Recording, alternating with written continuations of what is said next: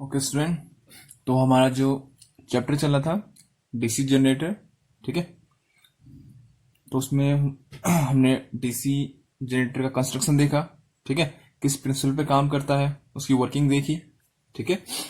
उसके बाद हमने टाइप्स ऑफ डीसी जनरेटर देखे, ठीक, on the basis of prime mover और आर्मेचर और फील्ड वाइंडिंग के बेस पे, ठीक है। फिर उसके बाद हमने आर्मेचर रिएक्शन देखा, ठीक है। फिर उसके बाद हमने कम्यूटेशन देखा, ठीक है। अब आज का जो टॉपिक है आपका वो है हानियां डीसी जनरेटर में, लॉसेस, ठीक है। अब लॉसेस, ठीक, देखो, आपका जो ये मशीन है, मान लो ये आपका मशीन है, इसको आप इनपुट दे रहे हो, ठीक है। ये आपका डीसी जनरेटर है, इसको आप इनपुट दे रहे हो और यहां पर आपको आउटपुट मिल रहा है, ठीक है।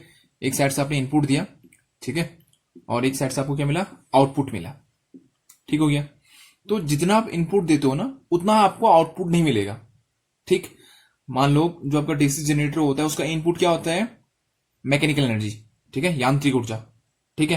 तो यांत्रिक ऊर्जा आपने इसको प्रदान किया, ठीक है, डीसी जनरेटर को, तो ये आपको इलेक्ट्रिकल एनर्जी देता है, फॉर्म ऑफ डीसी, डीसी की फॉर्म में इलेक्ट्रिकल एनर्जी देता है। तो लेकिन जितना आपने इसको एनर्जी दिया उतना ही आपको एनर्जी इलेक्ट्रिकल एनर्जी के फॉर्म में नहीं मिलेगा, ठीक है। क्यों?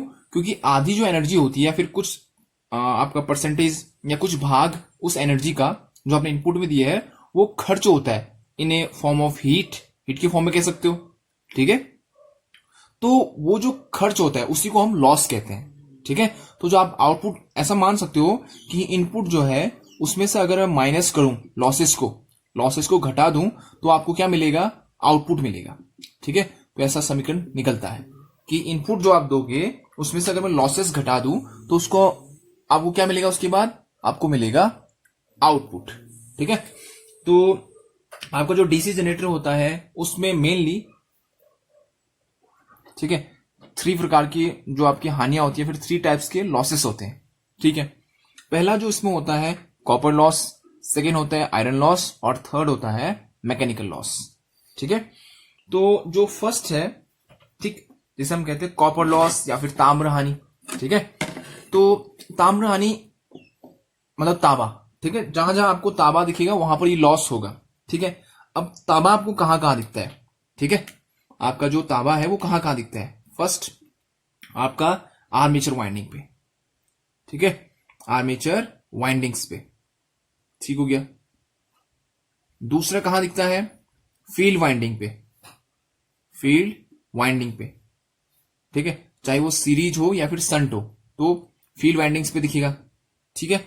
और तीसरा आपको दिखता है ब्रशेस पे, ठीक है, जिसे हम कॉपर की ब्रश यूज करते हैं, ठीक है, कहीं अगर आप कार्बन की ब्रश भी यूज करते हैं, कहीं पे कार्बन जो आपका कॉपर का ब्रश भी यूज करते हैं। तो जहां जहां आपको तांबा मिलेगा वहां वहां ये हानि होगी, ठीक है। जो तो कॉपर लॉस होता है वो क्या होता है, वेरिएबल, वेरी करता है, ठीक है। अब वेरी कैसे करता है, देखो देखो आर्मेचर वाइंडिंग में, ठीक, जो हानि होगी उसका जो फॉर्मूला हम अगर लिखेंगे तो कैसे लिखते हैं, आर्मेचर में जो करंट होगा आई ए का स्क्वायर और जो आर्मेचर का रेजिस्टेंस होगा आर ए, ठीक है। तो जो आर्मेचर करंट होता है ना वो किस पे डिपेंड करता है, वो लोड पे डिपेंड करता है। लोड आप बढ़ाओ, अगर लोड बढ़ाओगे, ठीक है, लोड करंट अगर इंक्रीज होगा तो आपका आर्मेचर करंट भी इंक्रीज करेगा, ठीक है, चाहे वो सीरीज जनरेटर की बात करो या फिर शंट जनरेटर की बात करो, ठीक है। तो आपका जो आर्मेचर वाइंडिंग होता है उसमें जो हानि होती है वो क्या होता है, उसमें जो करंट फ्लो हो रहा होगा ना, ठीक है, और उसका वर्ग या फिर उसका स्क्वायर मल्टीप्लाई करेंगे हम उसके रेजिस्टेंस से, तो जो आपको वैल्यू मिलेगी वो क्या कहलाता है, आर्मेचर वाइंडिंग में हानि, ठीक है। तो ये आर्मेचर वाइंडिंग का हो गया। अब फील्ड वाइंडिंग 2 प्रकार की होती है, सीरीज और संट, ठीक है। अगर हम सीरीज की बात करें तो सीरीज में जो करंट फ्लो होगा उसका वर्ग मल्टीप्लाई बाय सीरीज का जो रेजिस्टेंस होगा, और अगर हम संट की बात करें तो संट में जो करंट होगा उसका स्क्वायर और संट का जो रेजिस्टेंस होगा उसकी वैल्यू, ठीक है। तो ये वाइंड जो लॉसेस होते हैं, ठीक है, ब्रश लॉसेस को हम आर्मेचर वाइंडिंग में ही एडजस्ट कर लेते हैं, ठीक है। जो ब्रश में जो हानि होती है वो हम आर्मेचर वाइंडिंग में ही ऐसा मानते हैं कि इसी में इंक्लूड करते हैं, आर्मेचर वाइंडिंग इस वाली हानि में ही इसको इंक्लूड किया जाता है, ठीक है। तो ये आर्मेचर ब्रश का भी कुछ ना कुछ रेजिस्टेंस होगा, ठीक है, वहां भी कुछ ना कुछ लॉस हो रहा होगा, ठीक। तो जो ब्रशेस में जो लॉसेस होगा, ठीक है, उसको हम ऐसा मानते हैं कि वो आर्मेचर वाइंडिंग में ही इंक्लूड है। ठीक हो गया, ठीक हो गया। फिर ये आपके कॉपर लॉसेस है, और ये कॉपर लॉसेस कैसे होते हैं? वेरिएबल लॉसेस, मतलब जो वेरी करते हैं। कैसे, क्यों वेरी करेंगे? क्योंकि देखो, अगर मैं सीरीज जनरेटर की बात करूं, सीरीज की, तो उसमें जो आर्मेचर करंट होता है किसके बराबर होता है? लोड करंट के बराबर होता है। लोड करंट वेरी करेगा, आर्मेचर करंट भी वेरी करेगा। ठीक है, अगर मैं सीरीज जनरेटर की बात करूं तो जो आपका आर्मेचर करंट होता है वो किसके बराबर होता है? लोड करंट के बराबर होता है। इसको वेरी करूंगा अगर लोड करंट को, तो आर्मेचर करंट भी वेरी करेगा। अगर आर्मेचर करंट वेरी करेगा तो आपका जो हानि है वो भी वेरी करेगा। तो इसलिए जो कॉपर हानि होती है उसे क्या कहते हैं हम? Variable losses. ठीक है, वेरिएबल लॉसेस। ठीक हो गया। तो चाहिए हम शंट की बात करें। ठीक है, शंट जनरेटर जो होता है उसमें जो आर्मेचर करंट होता है वो किसके बराबर होता है? आपका आर्मेचर करंट जो होता है, शंट में जो करंट जाएगा और लोड में जो करंट जाएगा। ठीक है, तो लोड वेरी करेंगे तो आपका आर्मेचर करंट भी वेरी करेगा। ठीक है, तो ये जो हानि होती है, ताम्र हानि जिसे हम कहते हैं, ये किस श्रेणी में आते हैं? वेरिएबल लॉसेस, मतलब ये वेरी करते हैं, कम ज्यादा होते हैं। ठीक है, अगर आर्मेचर करंट वेरी करेगा तो हानि भी आपकी वेरी करेगी। ठीक हो गया। तो ये आर्मेचर वाइंडिंग, फील्ड वाइंडिंग, जहां आपको तांबा दिखेगा, इसलिए इसका नाम क्या है? कॉपर लॉस या फिर ताम्र हानि। जहां भी आपको तांबा दिखेगा, तो मेनली हम तांबा कहां? वाइंडिंग में यूज करते हैं। ठीक है, फील्ड कहो, फील्ड वाइंडिंग कहो, चाहे आप आर्मेचर वाइंडिंग कहो। ठीक है, फिर हम इंटरपोल यूज करते हैं। ठीक है, वो भी सभी नहीं आते हैं, वाइंडिंग्स में ही आते हैं। ठीक है, इंटरपोल यूज करते हैं और कंपनसेटिंग वाइंडिंग यूज करते हैं। ये सब हम पहले देख चुके हैं। ठीक है, तो इंटरपोल यूज करते हैं, वहां भी हम कॉपर यूज करते हैं। तो इनमें जो जो लॉसेस होते हैं, ठीक है, इंटरपोल, कंपनसेटिंग वाइंडिंग, ठीक है, इनमें जो भी हानि आएगी वो किसके अंडर आएगा? आपका कॉपर लॉस के अंडर आएगा। ठीक है, तो इंटरपोल, जैसे हम इंटरपोल की बात करते हैं, इंटरपोल जो वाइंडिंग होती है वो किसके सीरीज में लगा होता है? आपका आर्मेचर की सीरीज में लगा होता है। तो ये इंटरपोल किसके अंडर आता है? आर्मेचर वाइंडिंग वाले में ही आएगा। ठीक है, कंपनसेटिंग वाइंडिंग की बात करते हैं। ठीक है, तो जो कंपनसेटिंग वाइंडिंग होती है वो भी आपका आर्मेचर की सीरीज में ही लगता है। तो आर्मेचर वाइंडिंग के ही अंदर आ जाते हैं इंटरपोल और कंपनसेटिंग वाइंडिंग। ठीक है, तो ये कौन सी हानि होगी? आपकी ताम्र हानि। ठीक हो गया। अब नेक्स्ट आता है आयरन लॉस। ठीक है, जो आपका आयरन लॉस होता है जिसे हम कहते हैं ताम्र हानि। ठीक है, अब जो आपका कॉपर लॉस होता है, सॉरी, जो आपका आयरन लॉस होता है वो मेनली 2 टाइप्स के होते हैं। ठीक है, मुख्यतः 2 हिस्सों में बांटा जाता है इसको। ठीक है, ठीक, फर्स्ट आ गया आपका हिस्टेरिसिस लॉस, हिस्टेरिसिस लॉस। ठीक, दूसरा होता है एडी करंट लॉस। ठीक है, जो ताम्र हानि होती है ना, ठीक, जिसे हम कहते हैं फिक्स लॉस होता है जो। ठीक, जो आयरन लॉस होता है वो क्या होता है? Fix loss. ठीक, ठीक है, तो इसे आयरन लॉस या फिर ताम्र हानि भी कहते हैं। तो फर्स्ट आया आपका हिस्टेरिसिस लॉस। अब ये हिस्टेरिसिस हानि होती क्या है? ठीक है, हिस्टेरिसिस, हाँ, ठीक है, देखो, आपके पास जो कोर थे, ठीक है, इनमें आपने क्या लपेटा था? वाइंडिंग लपेटी थी। ठीक है, वाइंडिंग लपेटी थी। ठीक हो गया, वाइंडिंग लपेटी थी, तो फिर जब आप इनमें करंट या फिर विद्युत धारा प्रवाहित करोगे ना, मान लो ये आपके 4 पोल है। ठीक है, इन सब में वाइंडिंग लपेटी हुई है। ठीक है, और ये कनेक्ट है किसी बैटरी के सोर्स से। ठीक हो गया, तो जब जब आप इस बैटरी को ऑन करोगे या फिर मशीन को ऑन करोगे या इस स्विच को ऑन करोगे तो ये चुम्बक बनेंगे। ठीक है, फिर आपने मशीन बंद कर दिया, फिर ये कोर क्या हो जाएंगे? विचुम्बकित या फिर डीमैग्नेटाइज, इनका चुंबक तत्व नष्ट हो जाएगा। तो बार बार आप इनको चुंबक बनाओगे, फिर इनका चुंबक तत्व हटाओगे। ठीक है, तो हिस्टेरिसिस हानि कहते कैसे हैं? तो इसके लिए आपको एक कर्व होता है जिसे हम कहते हैं BH कर्व। उसके बारे में हल्का सा नॉलेज होना चाहिए, उसके बारे में देखो। फिर देखो, ठीक है, BH कर्व के बारे में पता होना चाहिए आपको। ठीक है, ये आपका H, इसे कहते हैं मैग्नेटाइजिंग फोर्स, जिसके कारण से आपका चुंबक बनता है। ये आपका B, ठीक है, ठीक, मैग्नेटिक फील्ड या फिर, ठीक, तो ये हो गया मैग्नेटिक फील्ड और ये हो गया आपका मैग्नेटाइजिंग फोर्स। ठीक है, तो अब देखो, अलग अलग मटेरियल का ये अलग अलग ग्राफ बनता है। तो हम नॉर्मली हम क्या करते हैं, जैसे कोई कोर है, ठीक है, ये कोर है, इस पे क्या लपेटा है, वाइंडिंग लपेटी हुई है, ये आपका ठीक है। तो जब जब आप इसमें करंट प्रोवाइड करोगे, तो आपने करंट प्रोवाइड किया तो ये चुंबक बना, ठीक है, तो ये चुंबक बन गया, ऐसे इसका ग्राफ जाएगा, ठीक है। तो एक लिमिट तक, हाँ, क्योंकि जो कोर है इसकी एक लिमिट होगी, ठीक है, चुंबक बनने की, तो उसे कहते हैं सैचुरेशन पॉइंट।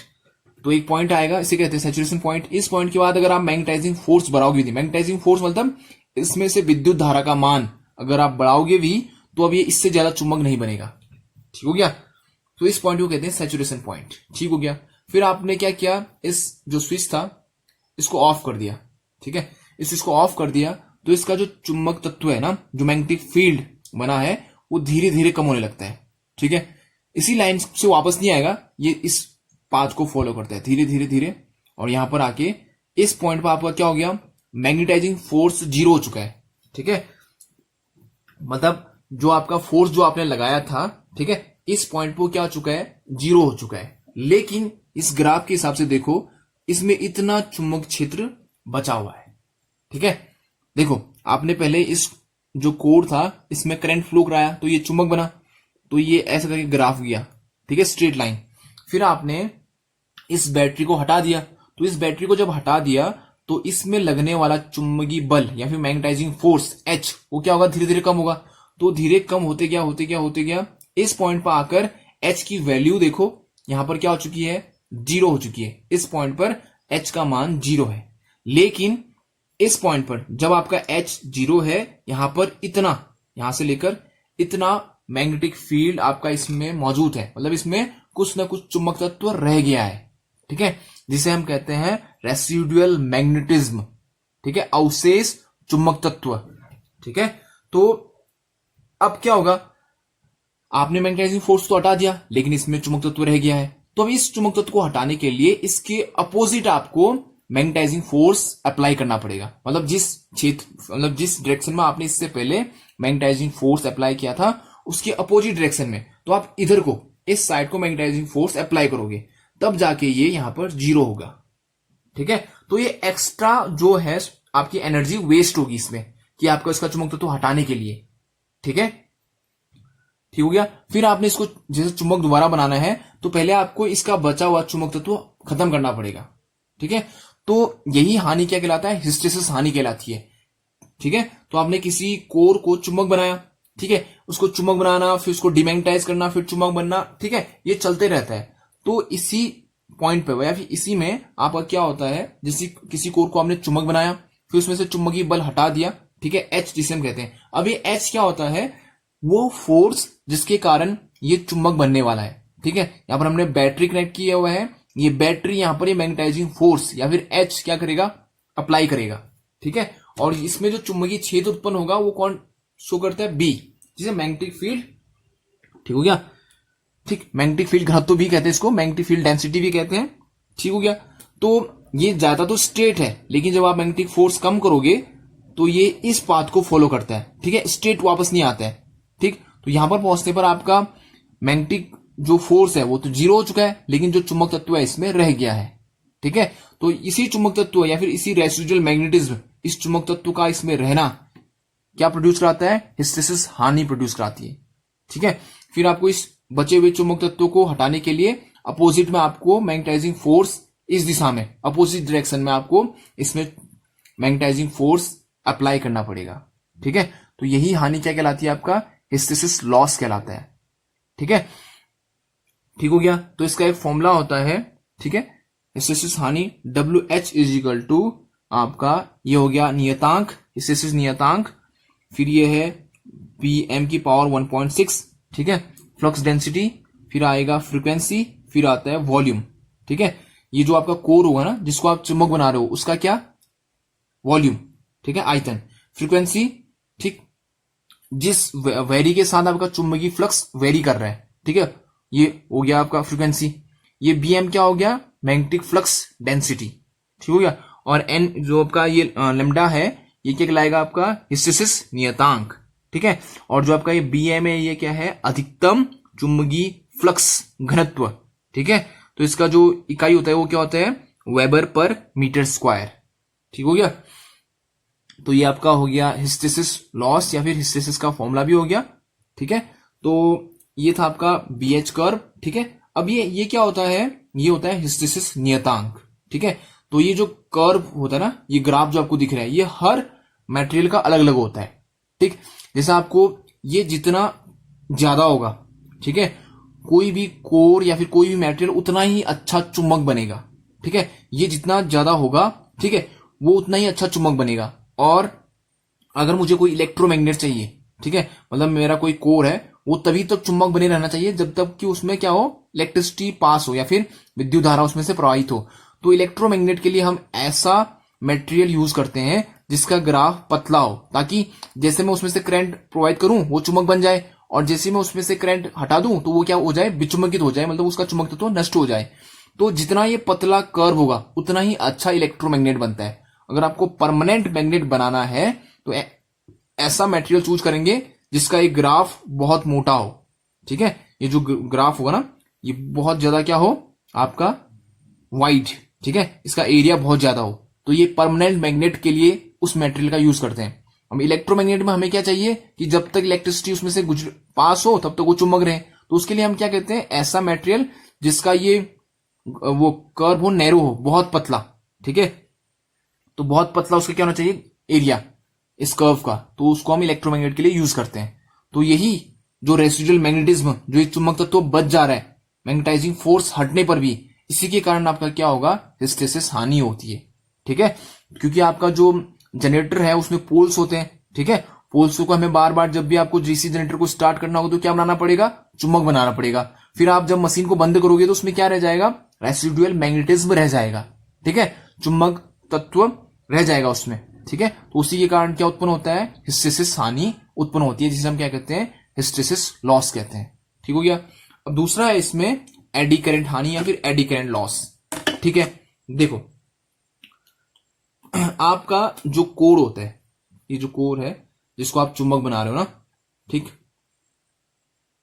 ठीक हो गया। तो एडी करंट लॉस होता क्या है, ठीक है।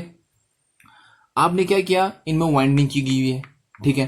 तो जब आप इन वाइंडिंग में से विद्युत धारा प्रवाहित करोगे तो वो क्या करते हैं, चुंबकीय क्षेत्र उत्पन्न करते हैं, ठीक हो गया। लेकिन क्या होता है, ये जो कोर है ना, ये भी अपने में चुंबकीय क्षेत्र उत्पन्न कर लेते हैं, ठीक है, ठीक। तो नेक्स्ट है आपका eddy current loss, eddy current loss, ठीक। तो ये आपका जो टाइप है वो कोर लॉस का सेकंड टाइप है। पहला हमने कौन सा देखा, हिस्टेसिस लॉस, ठीक है। अब जो आपका आर्मेचर होता है, ठीक है, ये आपका आर्मेचर है, मान लो इस पे क्या है, स्लॉट्स बने हैं,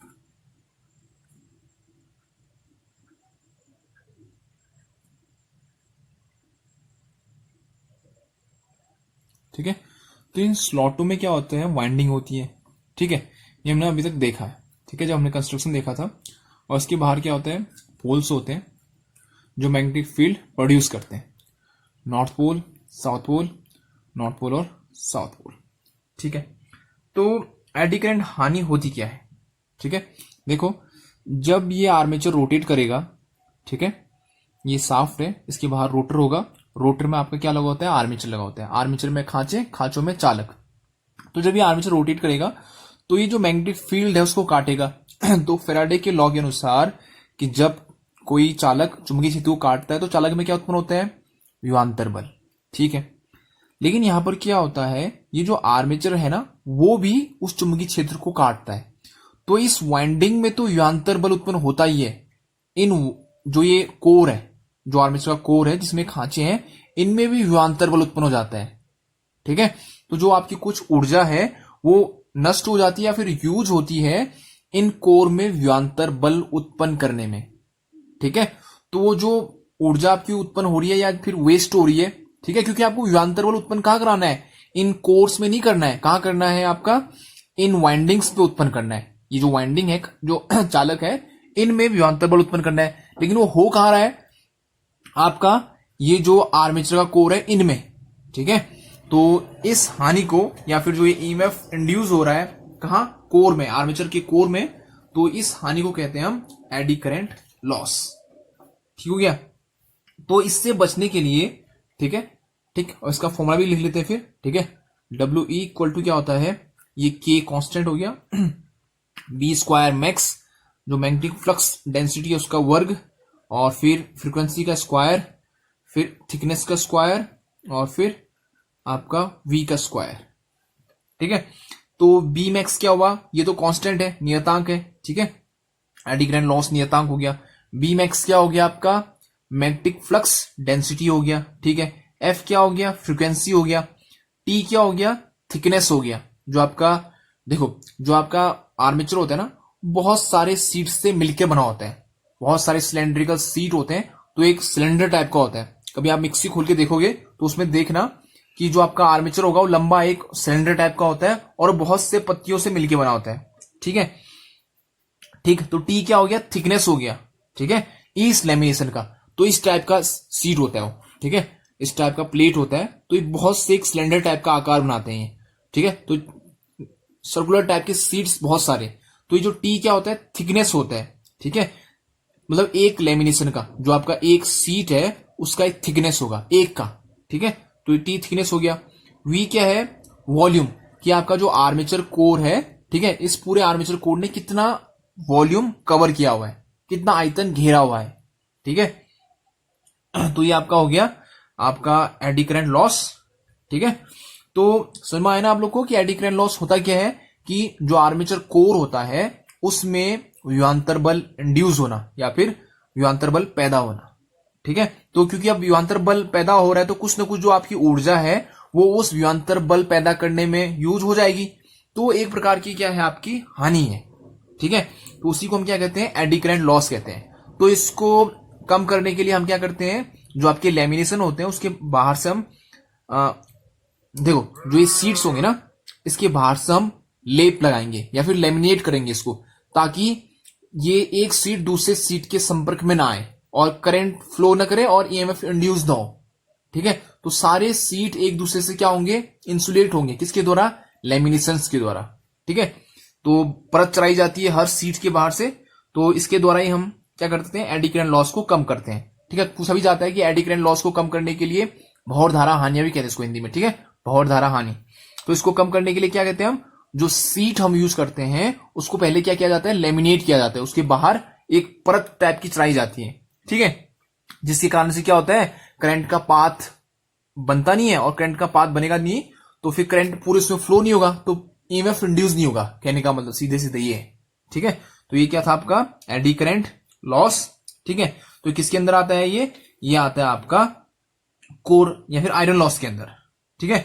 आयरन लॉस के अंदर आपकी ये दो हानियां आती हैं, ठीक ठीक। ओके स्टूडेंट, तो हम चार्ट से देखेंगे, ठीक है।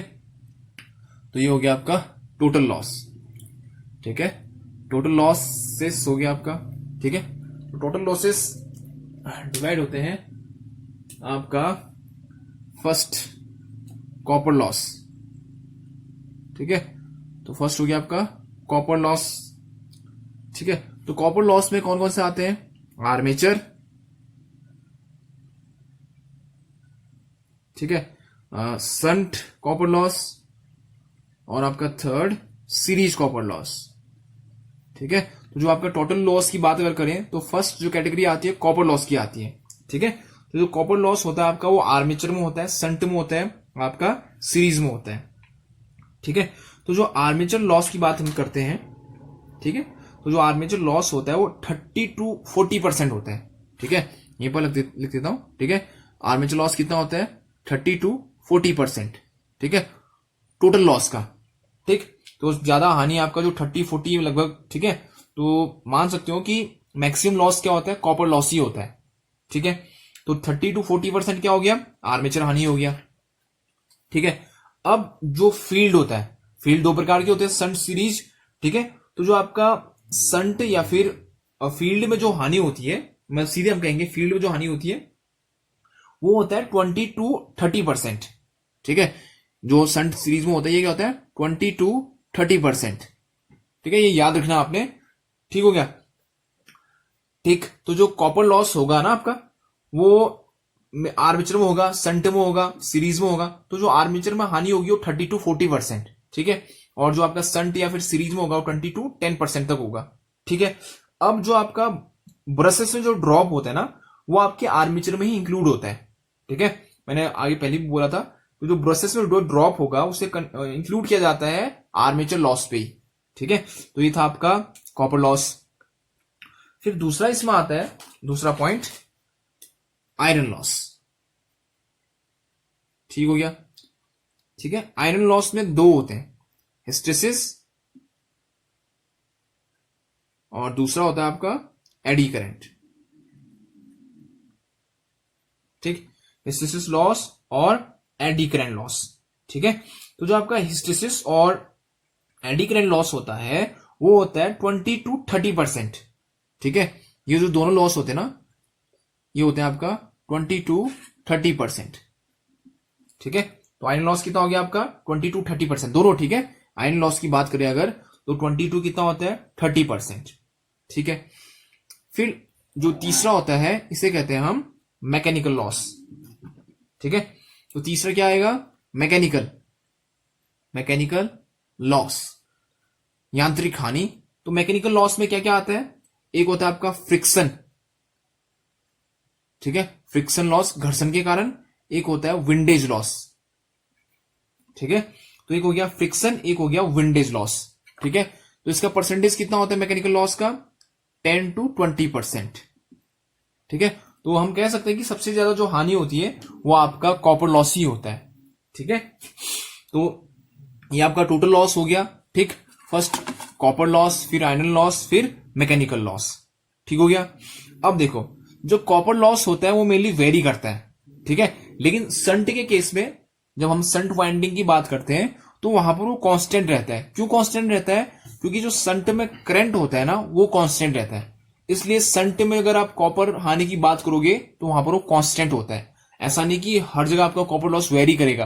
आपका आर्मेचर में वेरी करता है, ठीक है, आपका सीरीज में वेरी करता है। लेकिन जब हम संट की बात करते हैं तो वहां पर क्या होता है, संट में जो करंट होता है वो क्या होता है, कांस्टेंट होता है, अप्रोक्सीमेशन कांस्टेंट होता है। तो संट में जो हानि होगी वो कांस्टेंट होगी, चाहे वो ताम्र हानि क्यों नहीं हो, ठीक है।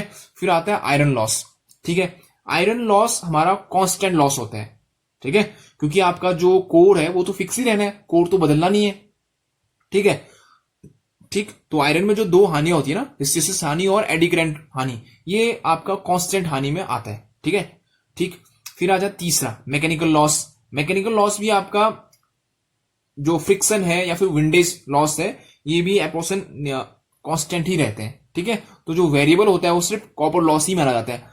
अब ऐसे भी कह सकते हो जो फ्रिक्शन और विंडेज है वो रोटेशन पे भी डिपेंड करता है, ठीक है, कि आप जितना तेज घुमाओगे उतना ज्यादा फ्रिक्शन लॉस होगा या फिर विंडेज लॉस होगा। लेकिन अगर आप एक नॉर्मल स्पीड मान के चल रहे हो तो उस केस में आपका जो मैकेनिकल लॉस होता है उसको हम कांस्टेंट के अंदर ही मानते हैं, ठीक है।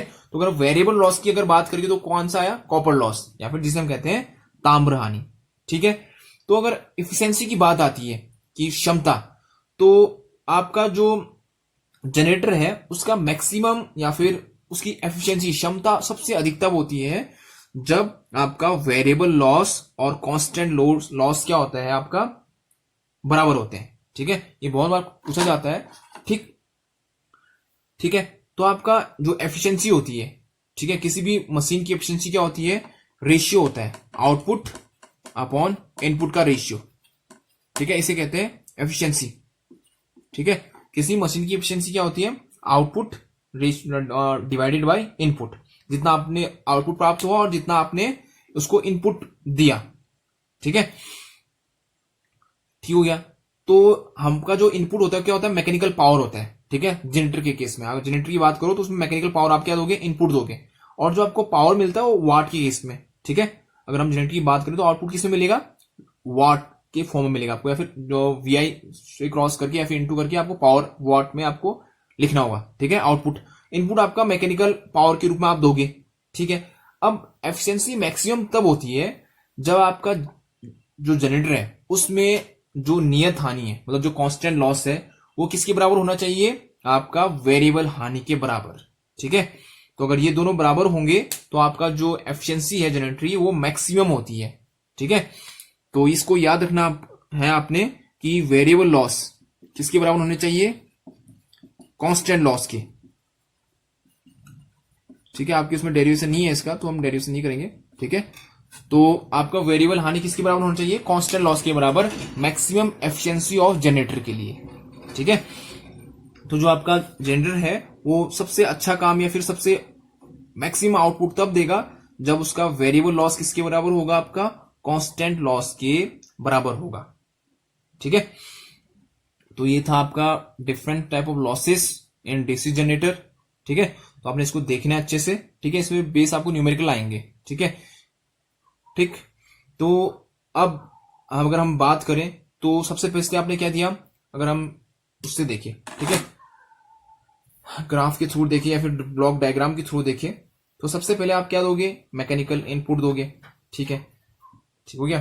तो सबसे पहले क्या आएगा आपका, फर्स्ट जो आएगा मैकेनिकल इनपुट, मैकेनिकल पावर जो आप दोगे इनपुट के फॉर्म में। ठीक है, ये क्या हो गया आपका इनपुट, और ये आगे जाएगा तो इसमें क्या मिलेगा, इसको लॉसेस मिलेंगे। कौन से losses, iron losses and friction losses. ठीक है, आयरन लॉस और फ्रिक्शन लॉस इसको मिलेगा जो आप इनपुट दोगे। फिर देखो आपने इनपुट दिया, वो इनपुट थोड़ा इसमें खर्च होगा आयरन और फ्रिक्शन लॉसेस में, फिर बाकी बचा हुआ जो एनर्जी है वो आगे जाएगा। अब इसको मिलेगा यहां पर, इसको मिलेगा आर्मेचर लॉसेस। ठीक है, तो यहां पर क्या मिलेगा आपको, ठीक, हाँ, इसके बाद आपको क्या मिलेगा, electric power developed in armature. ठीक है, देखो आपने इनपुट दिया, यहां पर क्या हुआ, लॉसेस हुए। ठीक है, ठीक, कौन से लॉसेस, फ्रिक्शन लॉसेस और आपको आयरन लॉसेस। वो लॉसेस जब आपने इनपुट में से माइनस कर दिया तो आपको क्या मिला, इलेक्ट्रिकल पावर डेवलप। तो जो आपका आर्मेचर में है वहां पर आपको क्या मिला, ईएमएफ इंड्यूस हुआ। अब वो ईएमएफ जो इंड्यूस हुआ है वो आपका कुछ खर्च होगा कॉपर लॉस में, तो यहां पर आएगा आपका कॉपर लॉस। ठीक है, तो इन लॉसेस को हम स्क्वायर के अंदर बना लेते हैं। ठीक है, कॉपर लॉस, अब कॉपर लॉस जब इसमें से हम खर्च करेंगे, जो आपका इलेक्ट्रिकल पावर डेवलप हुआ है उसमें से कॉपर लॉस खर्च करोगे, तब आपको मिलेगा यहां पर क्या, इलेक्ट्रिकल पावर या फिर आउटपुट। ठीक है, वीआई, किसमें, वॉट के फॉर्म में। ठीक है, तो एक ब्लॉक डायग्राम से भी समझ सकते हो। सबसे पहले आपने मशीन को क्या दिया, मैकेनिकल पावर दिया। ठीक है, एज ए इनपुट, वो इनपुट में कुछ आयरन लॉसेस होंगे, कुछ फ्रिक्शन लॉसेस होंगे। तो जो आपने एनर्जी दी, उस एनर्जी में से कुछ एनर्जी खर्च हुई कहां पे, इन लॉसेस पे। ठीक है, फिर बाकी बची हुई एनर्जी के द्वारा जो आपके आर्मेचर में है वहां पर पावर डेवलप हुआ, इलेक्ट्रिकल पावर डेवलप ना, ईएमएफ इंड्यूस हुआ है। ठीक है, आर्मेचर पे। फिर वो जो ईएमएफ इंड्यूस हुआ वो जब आपको आउटपुट की ओर मिलने जाएगा तो बीच में उसको लॉसेस मिलेंगे। कौन से लॉसेस, कॉपर लॉसेस। तो कॉपर लॉसेस में कुछ एनर्जी खर्च होगी। अब जो डेवलप हुआ था उसमें से कुछ यहां पर खर्च हुआ, तो बाकी बचा हुआ आउटपुट में आपको मिलेगा। ठीक है, तो ये था आपका एक लॉस का ब्लॉक डायग्राम टाइप का समझने के लिए। ठीक है, तो ये था आपका डीसी जनरेटर में होने वाले हानियां। ठीक है, इसको अच्छे से समझिए। ठीक है, देखिए आप। ठीक, ओके स्टूडेंट।